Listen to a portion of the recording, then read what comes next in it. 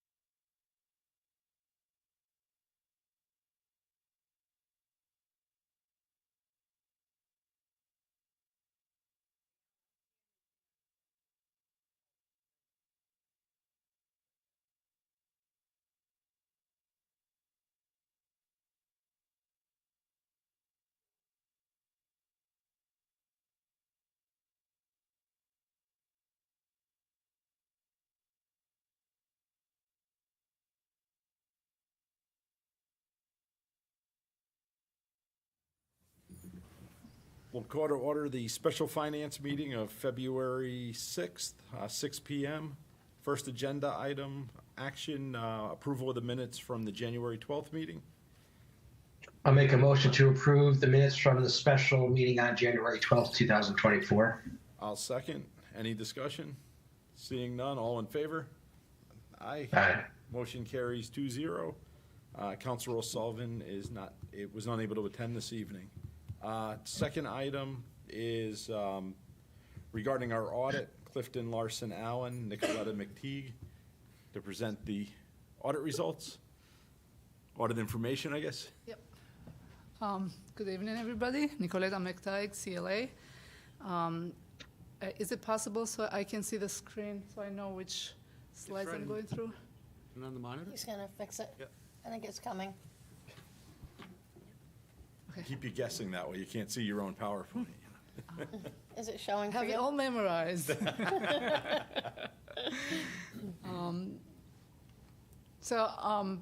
For tonight, I prepared a presentation to summarize the audit results. I'll go through the terms of engagement, executive summary of the audit, financial highlights, federal and state single audit, governance communication, and upcoming GASB requirements.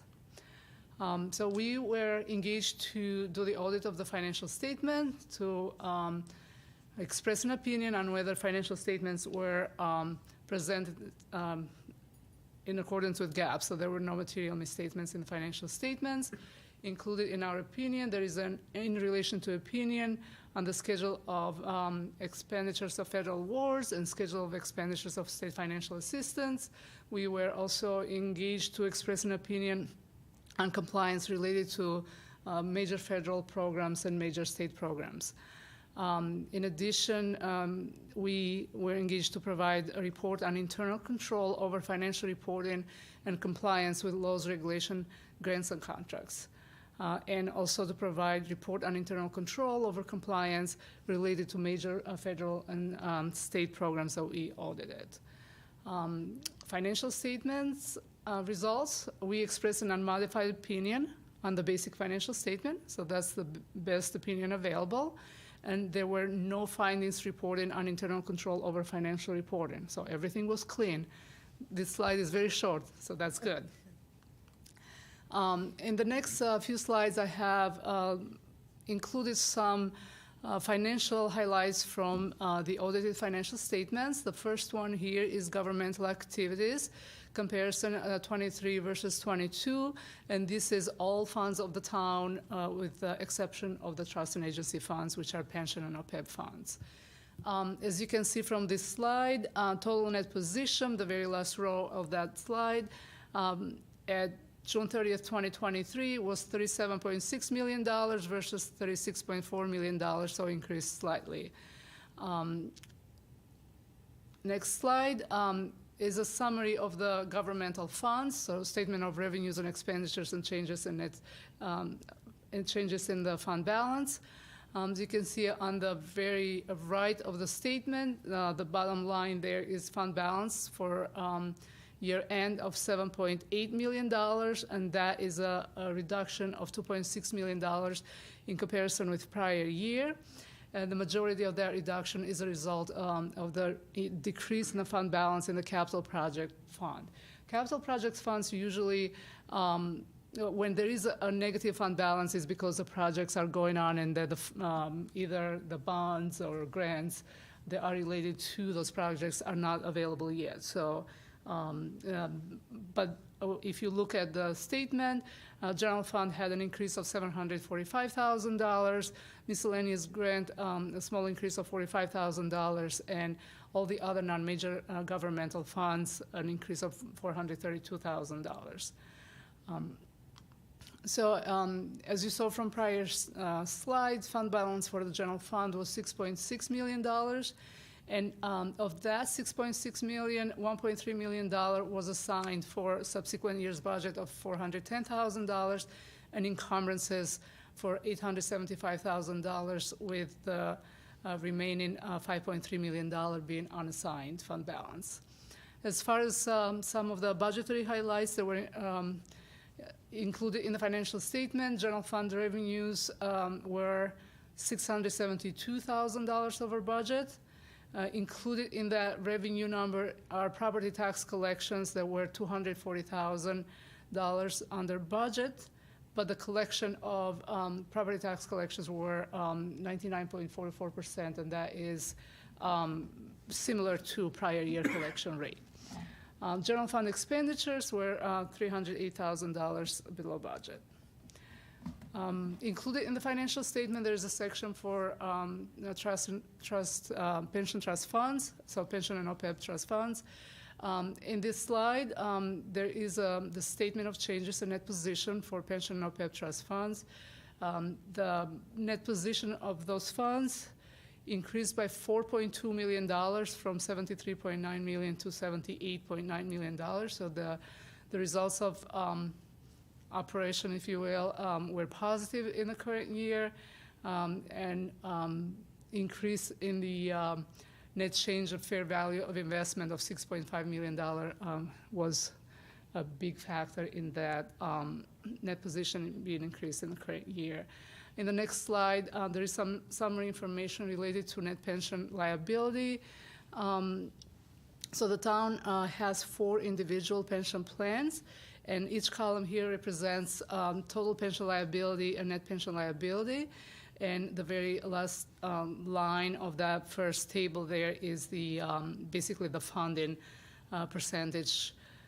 As you can see, that goes anywhere from 62.98% from firefighters to 83.6% for general employees. And again, this number here, the net pension liability, is a snapshot of the fund's position at June 30th, 2023.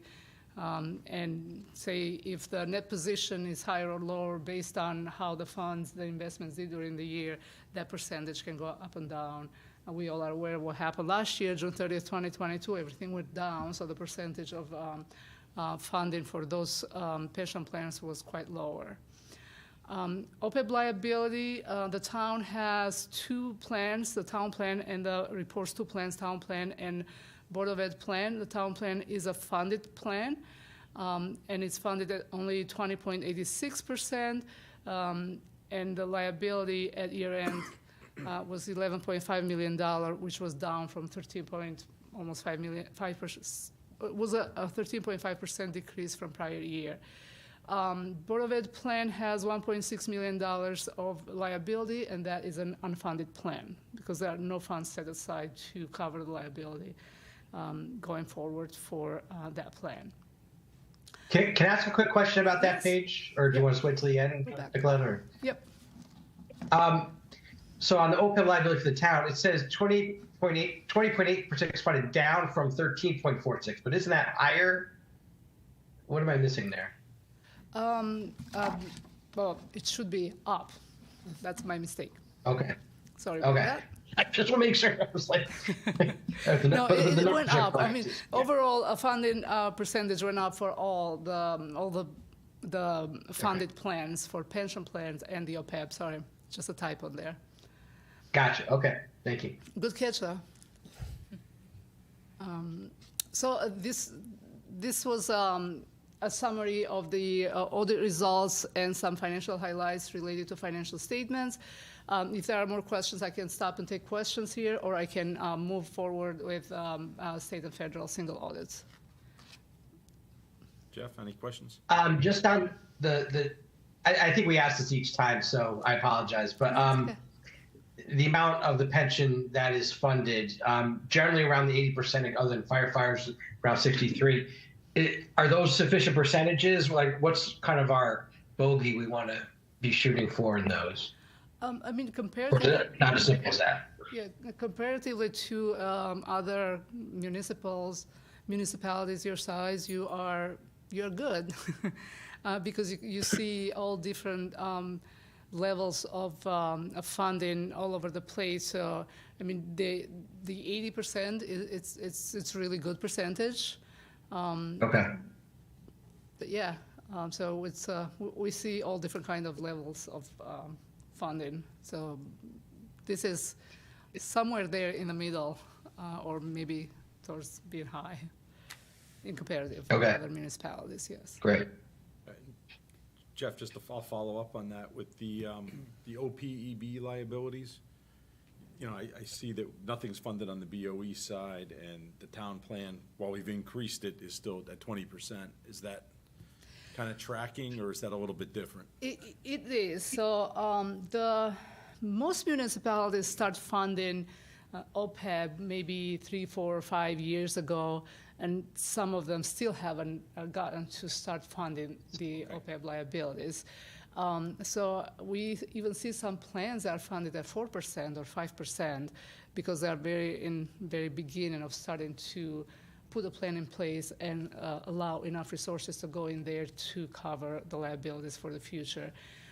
So we see that level of funding quite a lot, but it's getting improved year over year. Good. Thank you. And what kinds of things is that like, do some employees have a post-employment benefit of some sort of medical plan, or what kind of things are falling into that category? Yeah, so the name for that is other post-employment employee benefits, and it is health benefits. It is health. Okay, gotcha. Yeah, and what you'll see, Jeff, is that the majority of our union contracts have a closeout time period. So many of them are, like anyone hired after 2015, for the most part, would have no post-employment benefits. So we're phasing it out. Okay. Yeah. Great. So that's why the numbers are relatively smaller. Right. Everything. Okay. Gotcha. Federal single audit, the town spent about $6.6 million in federal awards, and we tested 2 programs. The first one is ESSER, the Education Stabilization Fund grant, which is a Board of Education grant, and the other one is the ARPA grant, or Coronavirus State and Local Fiscal Recovery Funds, the full name. So we, as a result of our audit, we expressed an unmodified opinion on both major programs that we tested on their compliance, and we did not identify any internal controls related to controls over compliance requirements for the federal programs that we tested. Similarly, for state single audit, again, we issued a clean report, no unmodified opinion on compliance, and there we had no findings for internal controls over compliance on the state major programs that we tested. The town spent about $9.4 million in state awards, and of that, $2.3 million was subject to testing. We tested 2 major programs, Town Aid Road and a tiered pilot grant. And again, the results were clean. As I do every year I have a section on my presentation for auditors' communication. There are certain communications that we are required to present to you at the end of the audit. In the next couple slides, I have summarized those communications. There was new standard adopted in the current year, GASB 96, subscription-based information technology arrangements, but that statement did not have any material impact on the financial statements. So the town did all the analysis of all the contracts that fall under that GASB, but the effect was not material. So if it was material, asset, subscription asset, and subscription liability would have been shown in the financial statements of the governmental activities. Included in the financial statement, there are several estimates: net pension liability, net OPEB liability, incremental borrowing rate for leases receivables, leases payable, right to use assets, and lease liability, capital assets useful life, which in turn decides the depreciation expense that will be booked for the year, allowance for uncollectible receivables, and IBNR, which is incurred but not reported liability for health insurance. There were no disagreements with management. We are not aware if management consulted with other accountants. We had no difficulties in performing the audit. There were no uncorrected misstatements, and there were no independence issues for the audit. For fiscal year 24 and 25, I listed the GASBs that are applicable. GASB has to stop at some point. But at least those two statements for 2024 are not going to have big impact on the town's financial statements. The first one, the omnibus, there are various minor changes in the disclosures. There are mostly clarification of language of prior disclosures, so they will not have any effect on the town. And statement 100 will be applicable only if we encounter errors in the financial statement. So hopefully you don't have to implement that now. And for 2025, Statement 101, compensated absences. Currently, the town reports compensated absences as liabilities. So what this statement does, it just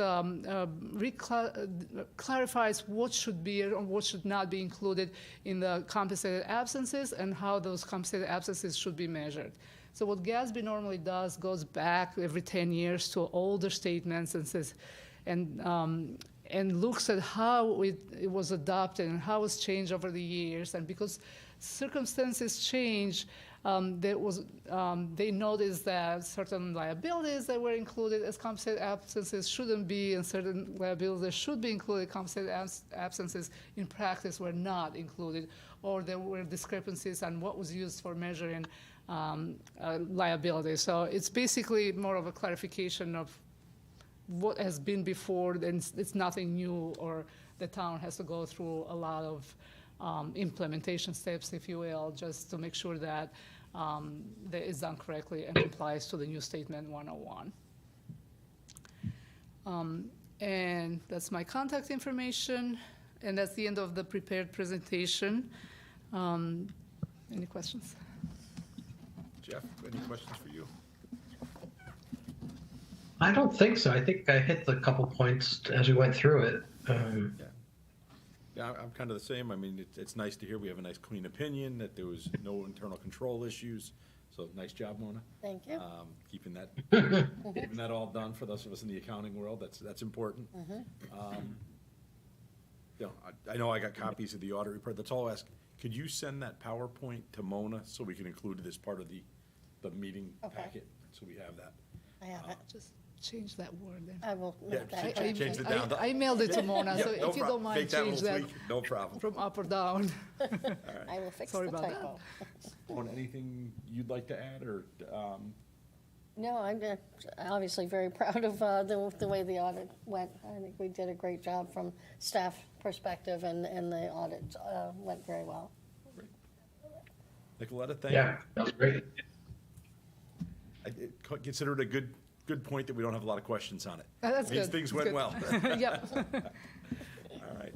Well, we'll move on to the item 3, discussion possible action, private duty rates. Okay, so a couple of meetings back, we had a discussion when we were reviewing some of the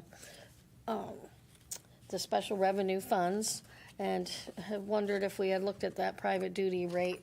And basically what we have had in the past is whatever the rate was adjusted upward with the same percentage of the police union contract. So after going back and taking that extra measure of reviewing it, I think we were increasing it by the contract increase, but what we were missing is that the health insurance, the fringe benefit rate had been increasing at obviously a percentage greater than the salary increases. So you can see on this little one page that right now we're for 22-23 is the rate we had in place for 137.75 for regular, and then a premium job 175.50.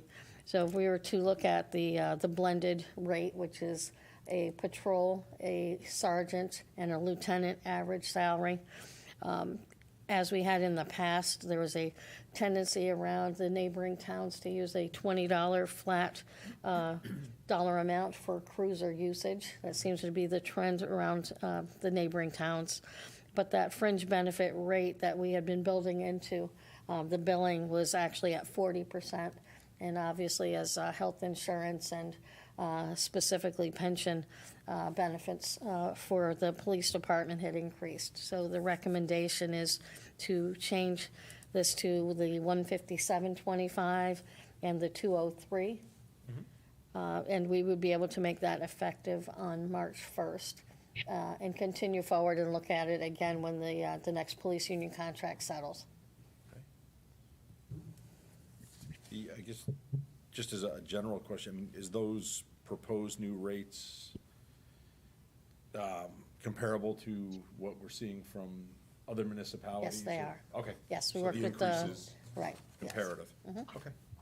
And there's nothing that we need to run through the police department on these? I mean, You know, I've the worked rate with we Chief set. Butt on this. So Okay, we're good. perfect. Yeah. Yeah, he's ready to implement it if we like the way it looks. Okay. So does this have to go to the town council or as like under consent agenda, or can we just pass it and be done with it tonight, or? I think, well, even if we pass it tonight, probably to put it consent agenda would be best. Okay, so Al, do you want to make a motion, or do you have more discussion first, or? No, we go ahead and make your, let's make the motion. So with that, I'd like to make a motion to move to the consent agenda for the February 20th town council meeting. The proposed rate change as detailed in our packet, going for regular duty to $157.25 and for premium duty $203 even. I will second. Any further discussion, Jeff? Nope. All those in favor? Aye. Aye. So motion carries, like I said, 2-0 for this evening. Next agenda item, discussion possible action, appointment of auditors. Okay, so you can see in front of you have a resolution. We have an offer from CLA. Nicoletta is here in case we had a question. But what we have done for the past 20 years, we've been having Clifton Larson, actually previously Blum Shapiro, working with the audit for the town. Would like to recommend that we continue. We tend to do a 2-year renewal. So we're looking at the June 24 at the rate of $66,560, and a slight increase for the June of 25, $69,900. So it's our town's request to have a renewal of the 2-year contract for Clifton Larson Allen. Jeff, you want to make the motion? Sure. So I'd like to make a motion to move to the consent agenda on the February 20th town council meeting, the resolution approving Clifton Larson Allen of West Hartford, Connecticut to be appointed as auditors for the town of Rocky Hill for the year ending June 30, 2024 at a cost of $66,560, and for the year ending June 30th, 2025 at a cost of $69,900. I'll second. Any discussion? No? No. All those in favor? Aye. Aye. So again, 2-0. Thank you, Nicoletta. So I'm sure that's what you wanted to see. Thank you. Update on the special revenue fund. Okay. Well, on our special revenue, not a lot of change or activity in there, and I apologize for this printing so small.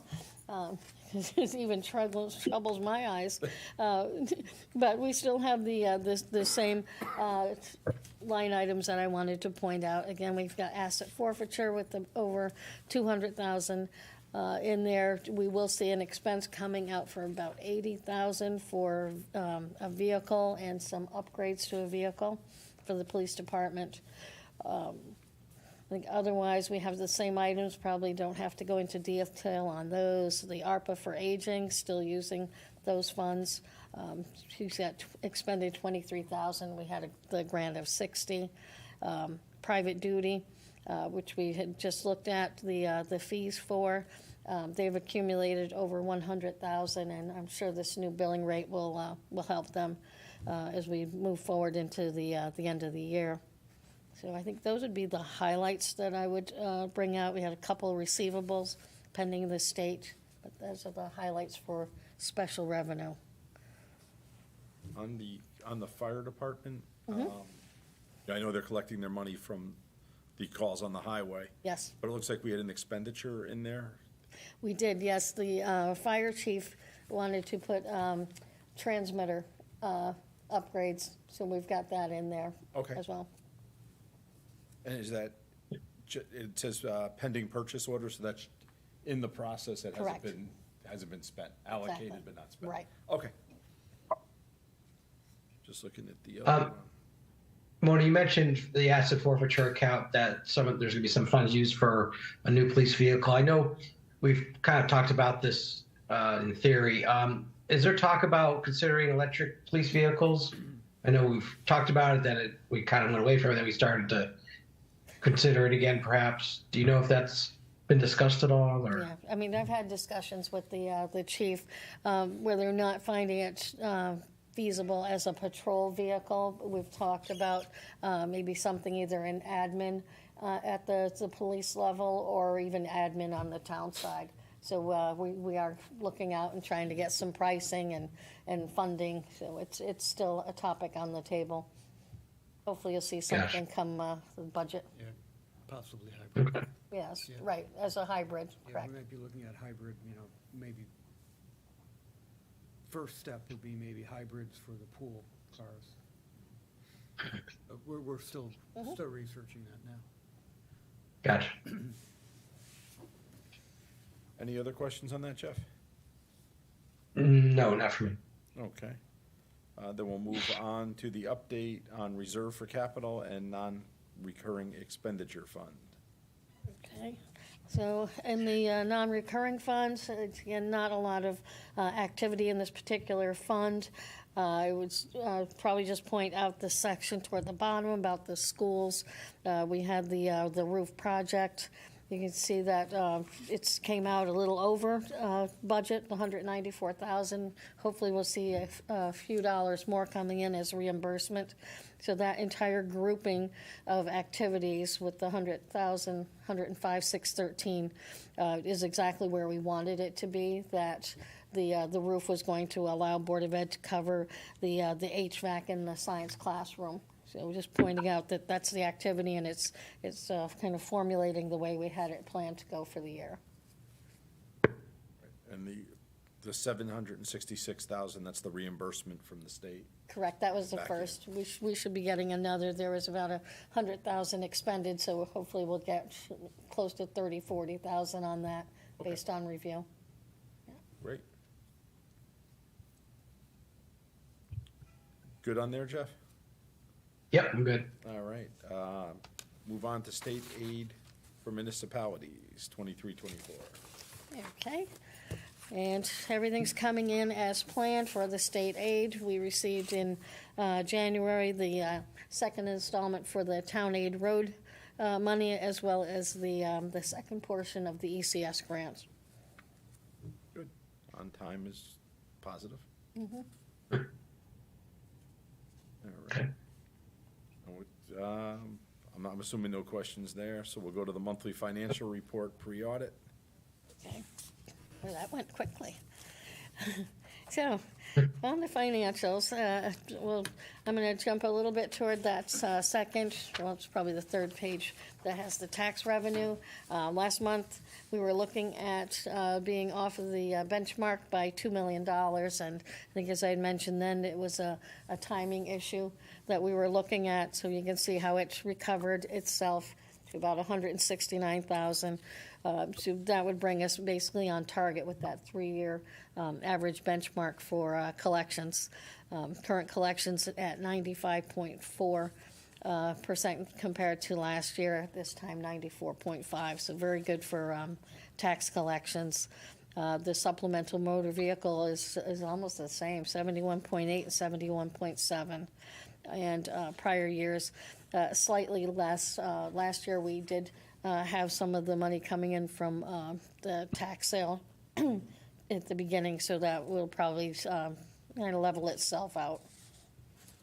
As far as other revenues, we mentioned the state, where we are with those. Interest is still exceeding the budget, about 140% at this point. Our other kind of major categories for fees, recording is slightly above, although we've got the conveyance, and it's, when I say slightly below, we're just talking percentage-wise, a couple of points. Building permit is at 77%, which is just on target, so revenue's doing well. Mona, could you just Yeah. touch on how the, excuse me, how the conveyance tax works? Is that based on sales of real estate? Correct, yes. So when we have like a commercial property sells, we get a very small percentage. Commercial and residential. Yeah. Okay, Yeah, so commercial property, you know, depending on the cost, it's up to like 1.25% of the sale price. yeah, We had one recent $11 million sale over at Cromwell Avenue. right, And another couple of houses that sold for, $1 million and okay. change. And then other smaller sales.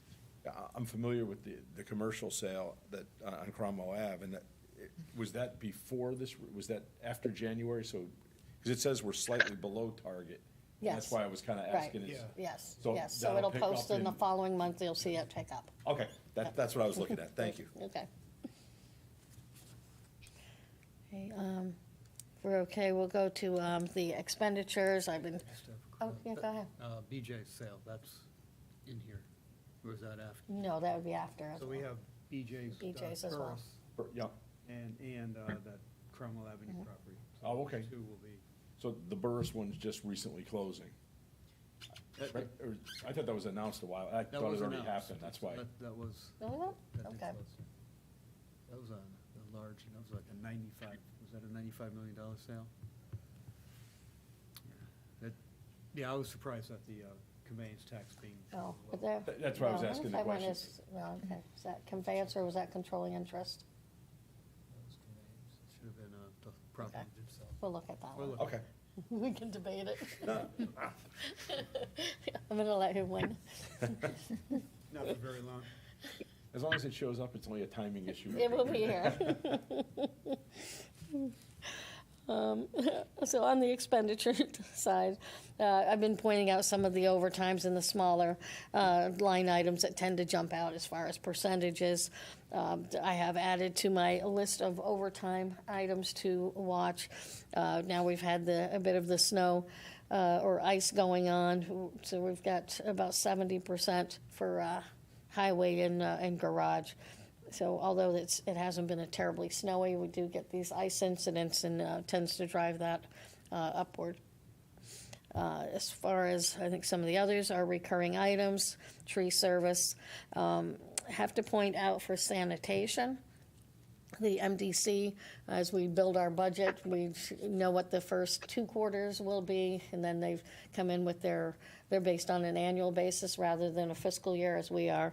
So we have an overage, or they will be over budget by about 100,000 now that we've seen those last 2 quarter payments came in to be posted. So it's a tendency to make our best estimate during the budget process. They actually were very low for the first couple quarters at 805,000 and went up to 850, which is unusual, and clearly we could have budgeted higher, but had no idea it was coming up to that level. Otherwise, we have education. We've got their numbers in, reflecting through December 31st. We've got our first round of payments for principal. Pension payments, if you're looking at those, ordinarily paying them out in January. They actually went out that first week of February. So if you're looking through pension, line item is on the low side. We did the $1.2 million for the police pension and $300,000 for the general plan. So 1.5.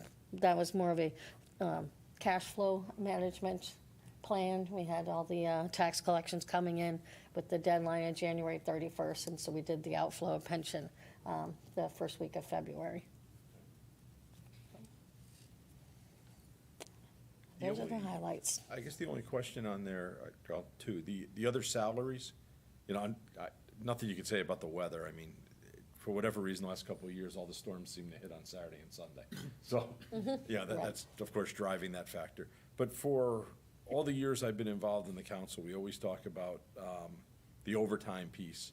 And it just seems like it's consistent every year, and we're always over budget on it. Is that really just something that, from a budget standpoint, we need to be adjusting in the budgeting process? I mean, if we went back, we'd probably say for the last 6 budgets, we've been over.